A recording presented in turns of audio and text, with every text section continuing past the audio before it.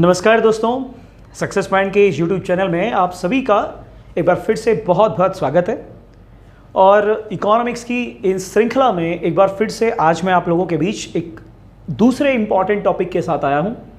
इस वीडियो में आज हम समझेंगे बाजार के प्रकारों के बारे में, द टाइप्स ऑफ मार्केट्स।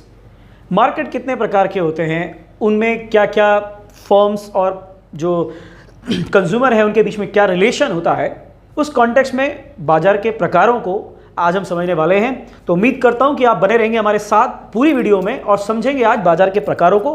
तो चलिए चलते हैं बाजार के प्रकारों में। तो बाजार के प्रकारों की आज हम बात जो कर रहे हैं उसमें आप देख रहे हैं, मैंने जैसे कि डायग्रामेटिक आपको बता दिया कि आप बेसिकली इन चार बाजार के प्रकारों के बारे में आज आप पढ़ने वाले हैं। पहला आप देख रहे हैं कि पूर्ण प्रतियोगिता यानी परफेक्ट कंपटीशन क्या होता है, अभी आपको सामने मैं बताऊंगा। एकाधिकार यानी मोनोपोली, डेफिनेटली आपने सुना होगा मोनोपोली टर्म। एकाधिकार प्रतियोगिता यानी मोनोपोली कंपटीशन। ओलिगोपोली यानी अल्पाधिकार। ये चार बाजार के प्रकार आप लोग आज की इस वीडियो में समझने वाले हैं। इनको अच्छे समझने वाले हैं, इसलिए ध्यानपूर्वक सुनिएगा। विद एग्जाम्पल समझाऊंगा, जैसे कि मैं बार बार आपको कहता हूं कि एग्जाम्पल के साथ मैं आपको इन सारे टॉपिक्स को क्लियर करूंगा। एग्जाम्पल्स क्या करते हैं कि हमारी समझ को बिल्कुल क्लियर कर देते हैं, कोई भी चीज़ फिर धुंधली नहीं रह जाती।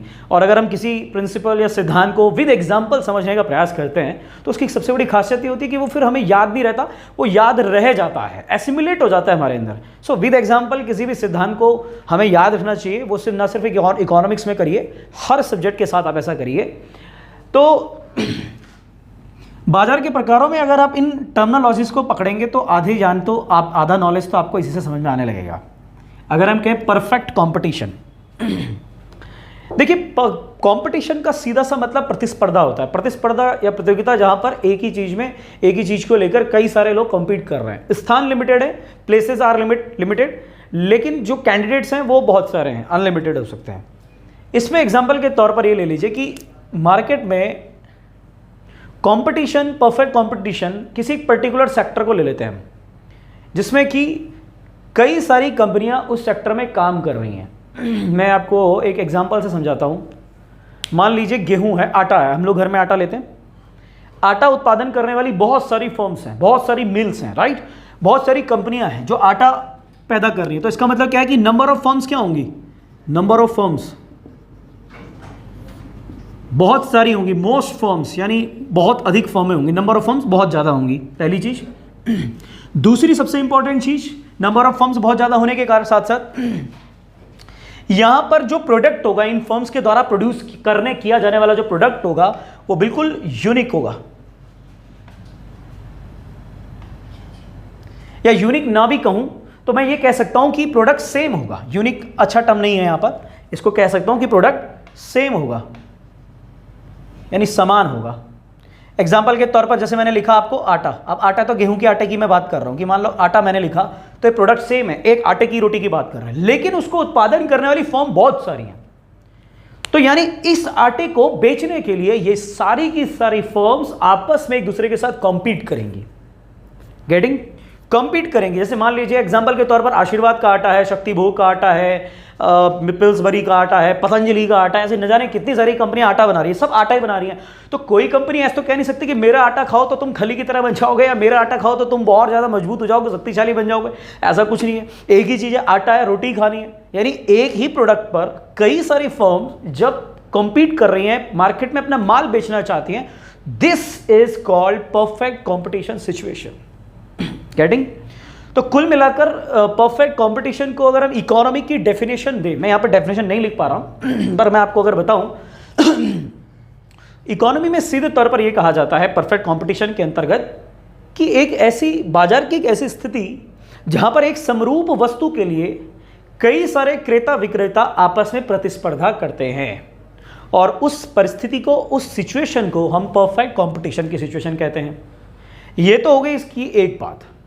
अगर हमारे स्तर से बात करें, हमारे यानी आप और मैं, यानी हम क्या है, कंज्यूमर हैं। कंज्यूमर की स्थिति से अगर हम बाजार के सारे प्रकारों का अवलोकन करें तो हमारे लिए और आपके लिए सबसे बेहतर बाजार की सिचुएशन ये वाली है। क्यों? बिकॉज जब मार्केट में परफेक्ट कंपटीशन की सिचुएशन होती है, हर कंपनी एक दूसरे से प्रतिस्पर्धा करती है अपना माल बेचने के लिए, कंज्यूमर को अपनी ओर अट्रैक्ट करने के लिए, आकर्षित करने के लिए, तो फायदे में रहता है कंज्यूमर। क्यों रहता है फायदे में कंज्यूमर? क्योंकि इस सिचुएशन में कंज्यूमर के पास बहुत सारे चॉइसेस हैं। एक प्रोडक्ट को खरीदने के लिए बहुत सारे चॉइसेस हैं। अगर कोई भी कंपनी उसकी किसी भी फीडबैक को या उसकी किसी भी इच्छा को नहीं सुन रही है या उसका पालन नहीं कर रही है, तो आदमी कंपनी छोड़ सकता है। आप छोड़ सकते हो। अगर आपको शक्ति भोग का आटा बेकार लगा तो आप आशीर्वाद ले सकते हो, आशीर्वाद का बेकार लगा तो पिल्सबरी ले सकते हो, पिल्सबरी का बेकार लगा तो पतंजलि का ले सकते हो। You have most of choices. तो एज अ कंज्यूमर हमारे बहुत बेनिफिट्स हैं। इस सिचुएशन में कंपनी के स्तर से, फर्म के स्तर से, मार्केट में चूंकि कंपटीशन इतना तगड़ा हो रहा है, तो उस सिचुएशन से क्या हो रहा है कि फर्म्स एक दूसरे से कॉम्पीट करने के लिए प्रतिस्पर्धा जब करती हैं तो अपने को बेहतर से बेहतर बनाने का प्रयास करती हैं। बेहतर से बेहतर कैसे? कि प्रोडक्ट की क्वालिटी सुपर्ब रखनी है और उसका प्राइस मिनिमम रखना है। और इस सिचुएशन में सीधे तौर पर कहा जाता है कि जो अकुशल फर्म में होती है, यानी अनस्किल्ड फर्म्स, वो टिक नहीं पाती। तो इस बाजार की, इस परफेक्ट कंपटीशन की ये सबसे बड़ी खूबी है कि बाजार में जब प्रतिस्पर्धा होती है तो बेस्ट स्किल्ड फर्म्स ही मार्केट में टिक पाएंगी। वही जो प्रोडक्शन या प्रोडक्टिविटी बेस्ट दे पाएगा, मिनिमम प्राइस पर क्वालिटी को बेस्ट रख पाएगा, वही टिक पाएगा। और इन सब में 5 उंगलियां घी में किसकी होती हैं? कंज्यूमर की होती हैं। तो ये है परफेक्ट कंपटीशन का पार्ट। दूसरी बात करते हैं मोनोपोली की। ये बाजार की सबसे बेकार, मैं कहूंगा सबसे, भारत की बर्बादी का कारण ही यही स्थिति है। ये बाजार का यही प्रकार भारत की बर्बादी का कारण रही है। बस आपको इस संदर्भ में मैं समझा रहा हूं।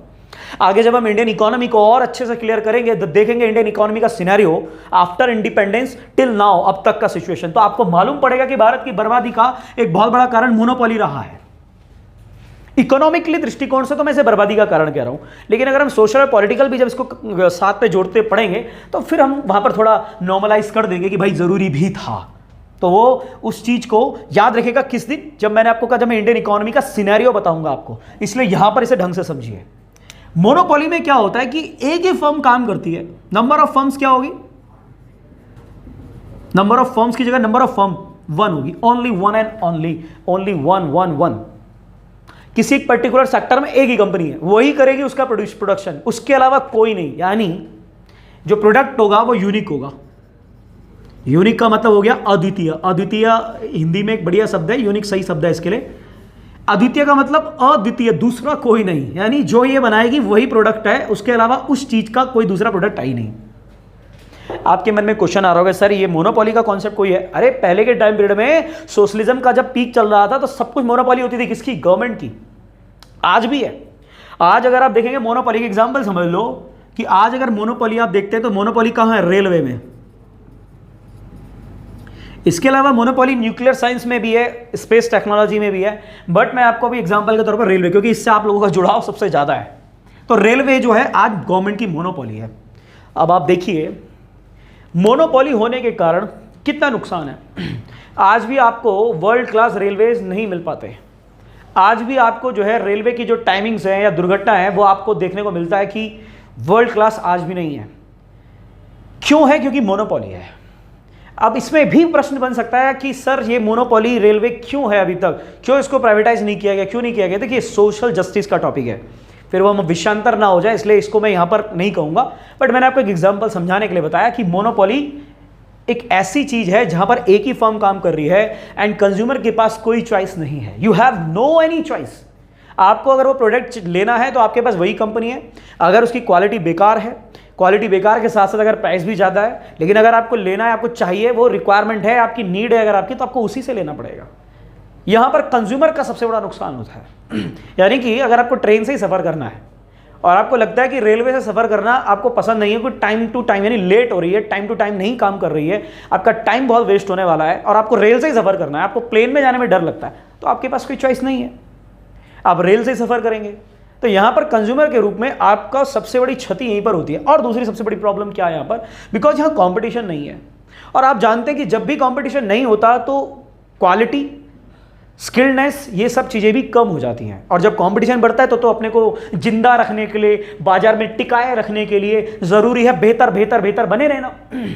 इसीलिए मोनोपोली मार्केट में चूंकि कोई कंपटीशन नहीं है, इसलिए इस सेक्टर में जो भी कंपनी काम करती है या अगर कहीं भी मोनोपोली होती है तो वहां पर सिचुएशंस क्या हो जाती है, क्वालिटी बहुत डाउन हो जाती है और कंपटीशन का अभाव हो जाता है, कंज्यूमर के लिए सबसे रस सिचुएशन होती है।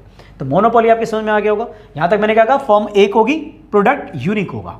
गेटिंग? तीसरी चीज जो तीसरा मार्केट मैंने बताया यह है मोनोपोली कंपटीशन। अब आप देखो यहां पर इन दोनों बाजारों को मिलाकर एक तीसरा बाजार बना दिया, मोनोपोली भी आ गया और कंपटीशन भी लिख दिया मैंने। क्या मतलब है इसका? यहां पर होता क्या है कि फर्म्स कई सारी होती है, फर्म्स बोलने का मतलब ये कि नंबर ऑफ फर्म्स बहुत ज्यादा है, काफी सारी फर्म्स काम कर रही है किसी पर्टिकुलर प्रोडक्ट पर, काफी सारी फर्म्स काम कर रही हैं। लेकिन यहां पर फिर फर्म अगर बहुत सारी हैं तो इससे तो मतलब निकल गया कि कंपटीशन है जी, फर्म बहुत सारी किसी पर्टिकुलर प्रोडक्ट को बनाने के लिए फर्म बहुत सारी है तो इसलिए कंपटीशन हो गया। फिर ये मोनोपोली क्या है भाई? मोनोपोली क्या है का मतलब यह है कि यहां पर कोई भी कंपनी जो प्रोडक्ट बना रही है उसे डाइवर्सिफाई करती है। डाइवर्सिफाई कह सकते हैं आप,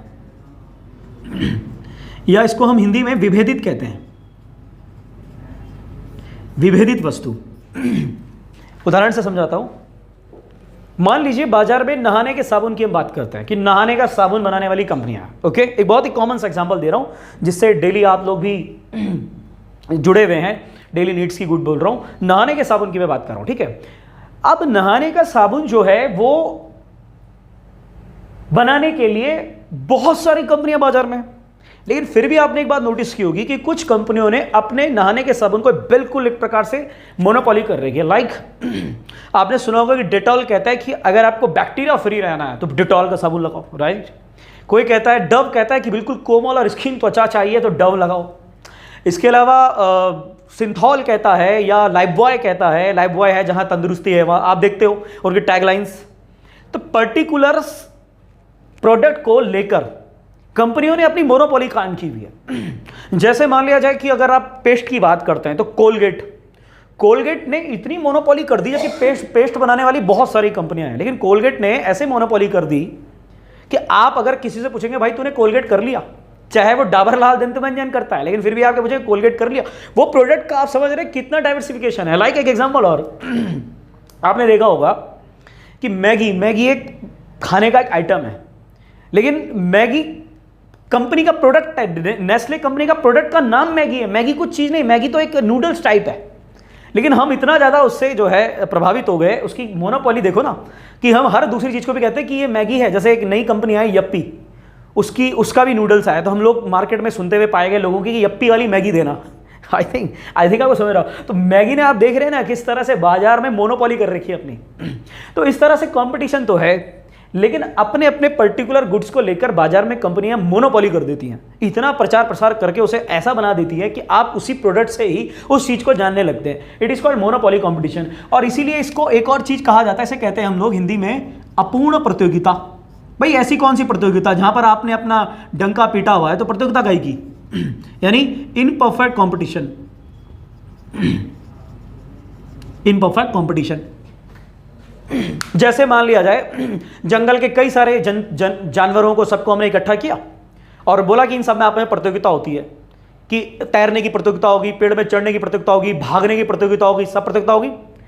क्या प्रतियोगिता होगी? आपको मालूम है कि अगर तैरने की प्रतियोगिता होगी तो मछली जीतेगी, भागने की प्रतियोगिता होगी तो टाइगर जीतेगा या खरगोश जीतेगा, पेड़ में चढ़ने की प्रतियोगिता होगी तो बंदर या ओरंगुटान या गोरिल्ला जीतेगा। तो आप समझ रहे हैं ना, हर एक सिचुएशन में एक फिक्स चीज हो गई कि वही जीतेगा, वही है वहां फिक्स। तो कैसी प्रतियोगिता? वो अपूर्ण हो गई।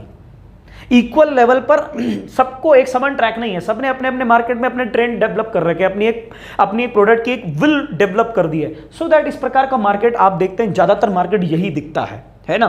तो इसी को कहते हैं हम लोग मोनोपोली कंपटीशन। आई होप कि ये भी आपको समझ में आ गया होगा।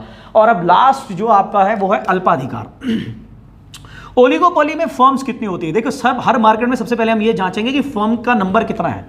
तो ओलिगोपोली अल्पाधिकार, देखो नाम से हमारा अल्प और अधिकार, यानी जिस बाजार में कुछ ही कंपनी, अल्प मतलब कुछ, सम, कुछ ही कंपनियों का पूरे के पूरे बाजार में जो है साम्राज्य है, पूरे के पूरे बाजार में कब्जा है, उस प्रकार के बाजार को अल्पाधिकार कहते हैं। यानी कुछ ही फर्म्स है जिन्होंने पूरे बाजार में कब्जा किया हुआ है।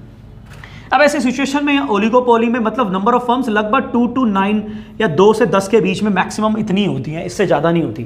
फिर नहीं तो वो परफेक्ट में आ जाएगा या फिर इसमें आ जाएगा। ओलिगोपोली में 2 से 10 यानी सिंगल डिजिट नंबर की फर्म्स होंगी उस सेक्टर में, एग्जाम्पल से समझाऊंगा। और दूसरी चीज़ क्या है कि यहाँ पर जो प्रोडक्ट होगा, यानी ओलिगोपोली में जो मार्केट होगा, प्रोडक्ट होगा, किस प्रोडक्ट का मार्केट, तो वहाँ पर विभेदित यानी डाइवर्सिफाइड गुड्स भी होंगी और समान गुड्स भी होंगी, यानी इक्वल गुड्स भी होंगी। मैं उदाहरण देता हूं आपको, जैसे समान गुड्स में पेट्रोल या पेट्रोलियम अगर मैं कहूं, या पावर सेक्टर की बात करूं, या माइनिंग सेक्टर की बात करूं। विभेदित में मैं बात करूं जैसे एयरलाइंस की बात करूं, या टेलीकॉम सेक्टर की बात करूं, दूरसंचार। और भी बहुत सारे एग्जाम्पल है, मैं आपको एग्जाम्पल दे रहा हूं बस दो। आप सोचिएगा और कौन से एग्जाम्पल हो सकते हैं। पेट्रोलियम सेक्टर की बात करेंगे, तेल कंपनी की बात करेंगे। पेट्रोलियम आप जानते हैं बहुत इंपॉर्टेंट है हमारे लिए। कितनी कंपनियां पेट्रोलियम में, उंगली में गिनने लायक कंपनियां हैं। ONGC, IOC, Bharat petroleum, Hindustan petroleum, Reliance, है ना, 5-6 कंपनियां हैं, वही करती हैं। पावर सेक्टर यानी ऊर्जा क्षेत्र में बिजली उत्पादन करने वाली कितनी कंपनियां, बहुत लिमिटेड कंपनियां हैं। ये सारी कंपनियां इस पूरे के पूरे लाखों करोड़ों रुपए के मार्केट पर इनका अधिकार है, कुछ ही कंपनियों का, लेकिन प्रोडक्ट सेम है। पेट्रोल ONGC जैसा बनाएगा, IOC जैसा पेट्रोल बनाएगा, भारत पेट्रोलियम जैसा पेट्रोल बनाएगा, रिलायंस जैसा बनाएगा, सब वैसा बनाएंगे। तो यहां पर भी इनका कंपटीशन बहुत तगड़ा है, लेकिन चूंकि कंपनियों की संख्या बहुत कम है इसलिए ओलिगोपोली में आएगा। ओलिगोपोली में ये एग्जांपल भी है, डाइवर्सिफाई भी कर सकते हैं इसकी तरह। एग्जांपल के तौर पर एयरलाइंस में आपने देखा इंडिगो है, इंडियन एयरलाइंस है, स्पाइस जेट है, किंगफिशर डूब गया, जेट एयरवेज डूब गया, गो एयर है, विस्तारा है, इंडियन कंपनी की बात कर रहा हूं। इतनी कुल कंपनियां, इन्हीं के आपने हवाई जहाज उड़ते हुए देखे होंगे। इसके अलावा जो छोटी मोटी कंपनियां हैं तो उनके तो चार्टर्ड उड़ते हैं, अदरवाइज जो पब्लिक ट्रांसपोर्टेशन है एयरलाइंस का, कुछ ही कंपनियां हैं। वो इतना ह्यूज मार्केट केवल कुछ ही कंपनियों के कब्जे में। और वहां पर विभेदित का मतलब यह कि उन्होंने डाइवर्सिफिकेशन किया हुआ। जैसे आपने सुना होगा कि इंडिगो कहता है कि सबसे किफायती यात्रा करनी है, सबसे सस्ती यात्रा करनी है तो इंडिगो में सफर करो, और ऐसा है भी। इंडियन एयरलाइंस कहता है एकदम सुख समृद्धि वाली यात्रा, आप देखते हो उसका लोगो भी है एकदम झुक के सलाम करने वाला। पैसे पे थोड़ा कॉस्ट ज्यादा पड़ जाती है लेकिन काफी अच्छी यात्रा आपको मिलती है। किंगफिशर हुआ करता था, वो तो बहुत ही ज्यादा जिसे कहते हैं कम से कम टिकट में ज्यादा खर्चे करता था, इसलिए बर्बाद भी हो गया। खैर वो एक अलग केस स्टडी है आपके लिए समझने के लिए। दूसरा टेलीकॉम सेक्टर, फोन की टेलीकॉम की कितनी कंपनियां आप देखते हैं, जियो है, वोडाफोन आइडिया मर्ज हो गए, ठीक है। इसके अलावा आप एयरटेल है, इसके अलावा जो भी कंपनी है, तो कुछ ही चुनिंदा कंपनियां टेलीकॉम सेक्टर में काम कर रही है। इन्होंने भी अपने को डाइवर्सिफिकेशन किया हुआ अपने प्रोडक्ट को। कुछ कहती हैं इतने रुपए का पैक डलाओ तो इतना, जैसे जियो है, जियो ने आते ही कुछ किया। एयरटेल कहता है कि मेरे जैसा नेटवर्क कहीं नहीं, वोडाफोन आइडिया कहता है कि मेरा नेटवर्क कहीं नहीं।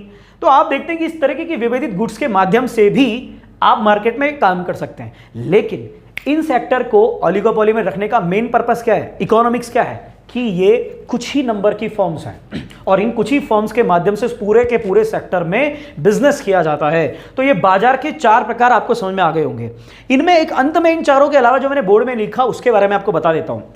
क्या आपने इतनी बातें समझ ली कि जो मैंने कहा कि perfect competition as a consumer हम लोगों के लिए सबसे बेहतर बाजार है? तो क्या ऐसा संभव है? जी नहीं। देखिए इसके लिए क्या है कि बाजार में कंपटीशन जब होगा फर्मों के बीच में, तो फर्म जब कॉम्पीट करेंगी तो उनको टकराहट के कारण अपना रेट डाउन करना पड़ेगा और मजे ले जाएगा कंज्यूमर।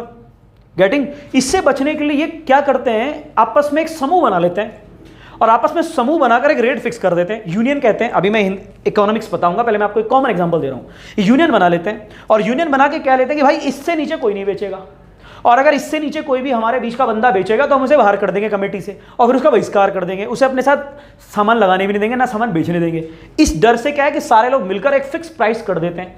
अब गया कंज्यूमर का बेनिफिट, कंज्यूमर बहस करता रह जाएगा, कम कर दो, कोई नहीं दूसरे ले लूंगा। वहां गया वो भी उतने रेट, वो नीचे नहीं आ रहा, तीसरे पे गया, बेचारा कंज्यूमर हाथ मलता रह गया, लेकिन उसे हर जगह एक ही रेट मिला। और ऐसी सिचुएशन में जो परफेक्ट कंपटीशन में कंज्यूमर का बेनिफिट था, जो बाजार में होना भी चाहिए, कंज्यूमर को मिल नहीं पाया। इन जैसी चीजों को एक शब्द में आपको लिख रहा हूं, बहुत ही इंपॉर्टेंट टर्म है, उसे कहते हैं कार्टेल, CARTEL, कार्टेल इसको कहा जाता है। तो कार्टेल को तोड़ना बहुत जरूरी है।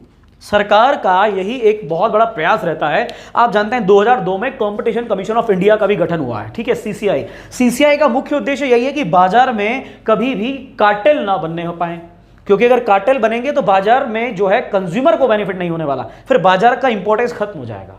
इसलिए कार्टेल को ब्रेक करना बहुत ज़रूरी है। तो इस तरह से ये कार्टेल का कॉन्सेप्ट आपका समझ में, मैं समझता हूँ, आ गया होगा।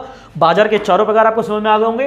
Perfect competition, monopoly, monopoly competition, oligopoly. मूल अवधारणा और मूल समझ मैंने आपको डेवलप करके समझाने की प्रयास, मैंने डेवलप करने का प्रयास किया है, और मैं उम्मीद कर रहा हूं कि आप इसके कुछ कुछ एग्जांपल और अपने मन में सोचिए, कमेंट बॉक्स में उन एग्जांपल्स को दीजिए। अगर आप अच्छे से अच्छे एग्जांपल देंगे, सोच सोच कर, बिना कहीं गूगल किए हुए, बिना कहीं किताब में देखे हुए, खुद से दिमाग लगाकर सोचिए, अंदर से इकोनॉमिक्स को पैदा कीजिए, इकोनॉमिक्स अपने अंदर से पैदा कीजिए। और तब अगर आपके सामने कुछ एग्जांपल्स आप देते हैं कमेंट बॉक्स में, तो मैं उनको जरूर लाइक करूंगा, अप्रिशिएट भी करूंगा आप सभी को।